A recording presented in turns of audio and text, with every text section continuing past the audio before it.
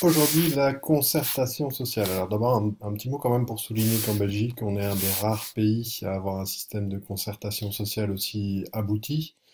Donc l'idée de la concertation sociale, c'est de ne pas devoir arriver au conflit, donc à la grève, même si ça se passe parfois quand la concertation sociale est bloquée.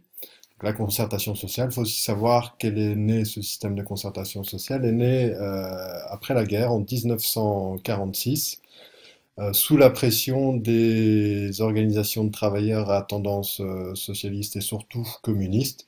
Donc ce système de concertation sociale est né suite à la peur du patronat de se retrouver face à des exigences trop musclées. Donc c'est comme ça que ce système de concertation sociale est né. Mais je vous renvoie pour l'historique à votre cours de FHG. Alors, il y a quatre niveaux à la concertation sociale en Belgique. Il y a le niveau fédéral, le niveau sectoriel, le niveau de l'entreprise, et ensuite on dira un petit mot sur les organisations représentatives. Alors, première chose, au niveau fédéral. Donc, au niveau fédéral, il y a trois organes qui sont censés organiser la concertation sociale. Il y a le CCE, le Conseil central de l'économie, le G10, le groupe de 10, et le CNP. Alors, on va commencer par le CCE.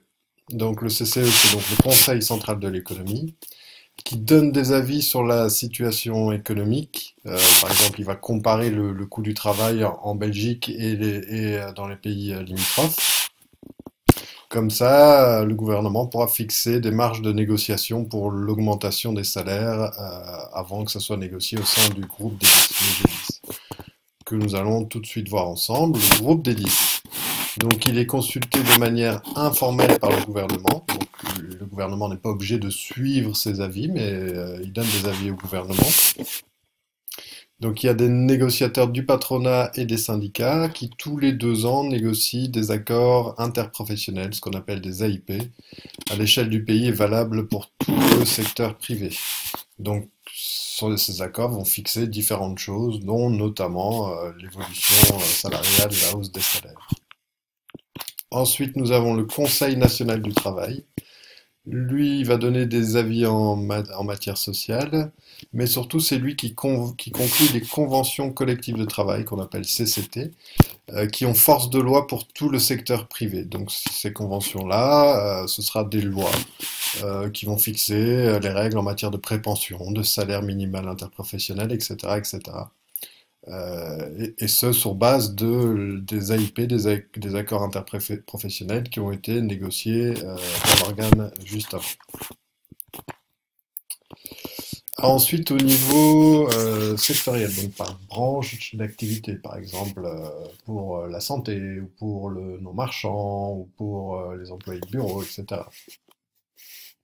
Donc, au niveau sectoriel, il y a des commissions paritaires, CP, qui sont constitués en nombre égal de représentations d'organisations patronales et de représentations d'organisations syndicales. Donc il y a le même nombre de représentants des travailleurs et de représentants des patrons. Ils sont institués pour chaque branche d'activité. Elles ont comme objectif de regrouper les entreprises exerçant des activités similaires pour les soumettre à des règlements adaptés aux conditions de travail. Les conditions de travail ne sont pas les mêmes dans les hôpitaux que dans les mines, par exemple. Donc les règles de travail vont être différentes. Alors, il y a plusieurs missions pour les commissions paritaires. Première chose, c'est conclure des CCT, donc des conventions collectives de travail. Ensuite, c'est prévenir ou régler des conflits. Quand il y a des conflits entre patrons et travailleurs, ben, ils vont essayer de le régler sans arriver à la grève. Ensuite, ils vont conseiller le gouvernement, le CNT ou le CCE. Et enfin, il y a d'autres missions prévues par la loi sur lesquelles on ne va pas s'attarder. Alors ensuite, au niveau de l'entreprise. Donc au niveau de l'entreprise, il y a différents organes. Il y a la délégation syndicale, DS, il y a le conseil d'entreprise, le CE, il y a le CPPT, et on dira un mot sur les élections sociales. Donc tout d'abord la délégation syndicale. Donc la délégation syndicale, elle représente les salariés. Elle est composée de délégués syndicaux qui sont désignés ou élus parmi les travailleurs, et elle a pour objectif de défendre les intérêts du personnel auprès de l'employeur. Donc en général, il faut qu'il y ait plus de 50 salariés pour qu'une délégation syndicale puisse être mise sur pied. Le conseil d'entreprise. Alors le conseil d'entreprise, c'est un organe de consultation entre l'employeur et le personnel. Donc il y a des représentants de l'employeur et des représentants du personnel. Donc ça doit être d'office institué dans toute entreprise du secteur privé qui occupe plus de 100 travailleurs. Il a comme mission d'élaborer le règlement de travail, hein. Le règlement de travail, c'est quand même un papier assez important. Il donne des avis, formule des suggestions et il vérifie le respect des législations qui protègent le personnel. Donc c'est vraiment un organe central et très important. Ensuite, on a le comité pour la prévention et la protection au travail. Alors lui, il a pour principale mission d'améliorer le bien-être du personnel. Donc pour ça, il formule des avis, il fait des propositions. Il doit aussi se prononcer sur le plan global de prévention. Ça, c'est un plan qui doit être revu périodiquement et qui essaye de prévenir tous les problèmes de bien-être pour les travailleurs au sein de l'entreprise. Normalement, il faut qu'il y ait au moins 50 salariés pour qu'il y ait un CPPT. Les élections sociales. Alors, on va parler des élections sociales parce que c'est à ce moment-là que sont élus les délégués syndicaux. Donc, elles ont lieu toutes les 4 ans dans les entreprises de plus de 50 travailleurs, et donc c'est pour élire les délégués syndicaux et les représentants des syndicats.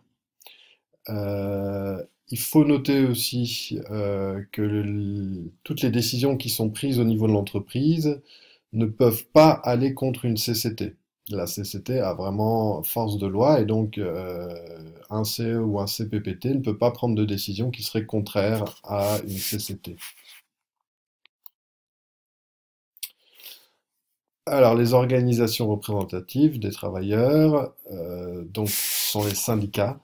Il y en a trois principaux en Belgique. Il y a la CSC, la Confédération des syndicats chrétiens. Il y a la FGTB, la Fédération générale des travailleurs de Belgique. Il y a la CGSLB, la Centrale générale des syndicaux libéraux de Belgique. On verra en classe quelles sont leurs couleurs politiques. À noter que le poids des différents syndicats au niveau des organes de concertation, au niveau de l'entreprise, mais aussi au niveau fédéral et sectoriel, est conditionné par les élections sociales. C'est-à-dire qu'au plus elles font des bons scores, au plus elles seront bien représentées. Hein, c'est à la proportionnelle, plus ou moins. Voilà, vous savez tout sur la concertation sociale. Merci.